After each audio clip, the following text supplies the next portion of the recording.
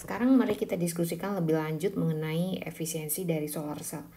Salah satu faktor yang menurunkan efisiensi dari solar cell adalah cahaya matahari yang tidak diserap dengan energi yang lebih kecil, yang artinya foton ini memiliki energi yang lebih kecil dari band gap solar cell. Terus juga ada energi yang hilang gara-gara thermalization loss karena energinya kebesaran lalu band gap kita kekecilan. Dengan menggunakan tandem solar cell atau yang disebut juga dengan nama heterojunctions atau multi junctions, kita bisa memanfaatkan hampir semua cahaya yang diserap oleh solar cell.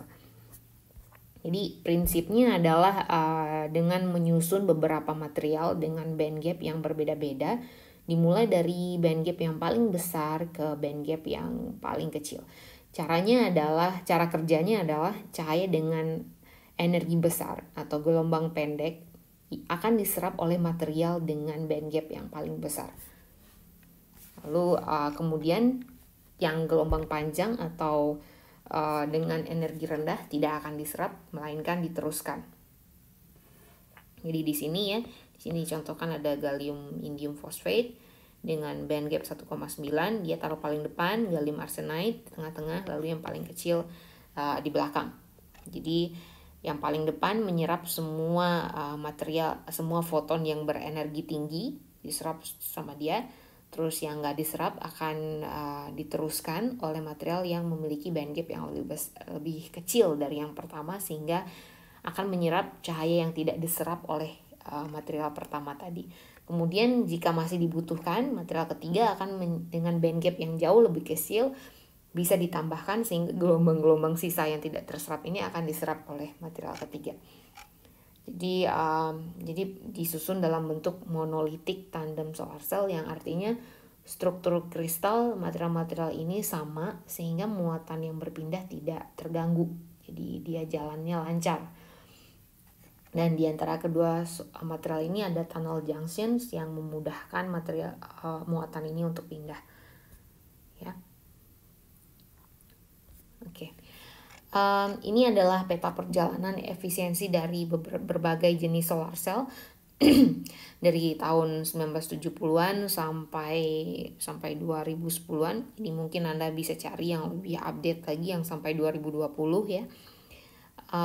Jadi bisa Anda lihat di sini yang paling tinggi adalah kelas multi junctions yang memakai solar konsentrator.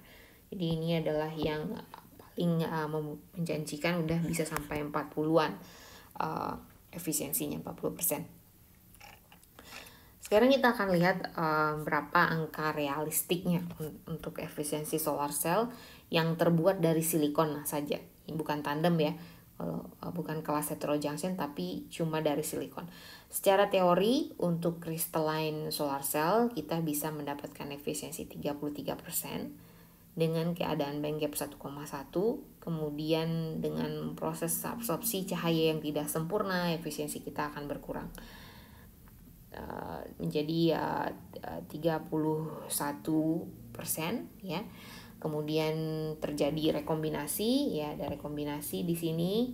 Ada berbagai macam, Anda lihat di sini ada rekombinasi ya. Dimana elektron yang harusnya dipakai untuk menghasilkan arus malah berekombinasi sehingga elektron dan hole yang seharusnya dipakai untuk menghasilkan arus malah berekombinasi sehingga tidak bisa terpakai lagi. Jadi ini ada beberapa macam alasan terjadinya rekombinasi. Kemudian ada alasan mobility ya. Mobility elektron dan hole ini terbatas ya, sehingga kalau mau cepat kan harusnya elektron dan hole-nya juga bergerak cepat, tapi kita kan nggak bisa maksa ini. Kemudian ada refleksi ya. Ingat yang pada solar cell cahaya yang berguna itu adalah cahaya yang diserap, bukan yang terrefleksi dan yang diteruskan. Terus kemudian ada back optical absorptions. Idealnya cahaya yang sampai di belakang. Jadi ini ada solar cell ya, ada cahaya di sini. Ketika cahayanya itu karena diteruskan, jadi selain diteruskan ya, dia juga bisa diserap. Di sini ada back belakang kontak itu ada aluminium ya, jadi jangan sampai juga cahayanya itu diserap oleh aluminium atau diteruskan. Idealnya pas sampai di belakang ini dia mantul lagi ke dalam supaya bisa dimanfaatkan. Jadi dalam hal ini cahayanya ini malah diserap oleh aluminium sehingga tidak dipakai lagi, sehingga ada efisiensinya berkurang. Lalu ada rekombinasi lagi di sini gara-gara defect, terus juga terkombinasi pada di kontak atas atau bawah juga bisa terjadi rekombinasi. Lalu ada resistance loss ya. Jadi sebelumnya kita sudah bahas kalau yang di depan itu dikasih finger electrode. Nah itu kalau finger electrode-nya kurang rata atau kurang bagaimana gitu, di situ juga ada resistance-nya di sana yang hilang. Jadi ini juga mengurangi efisiensi dari solar cell tersebut dan berbagai macam loss lainnya.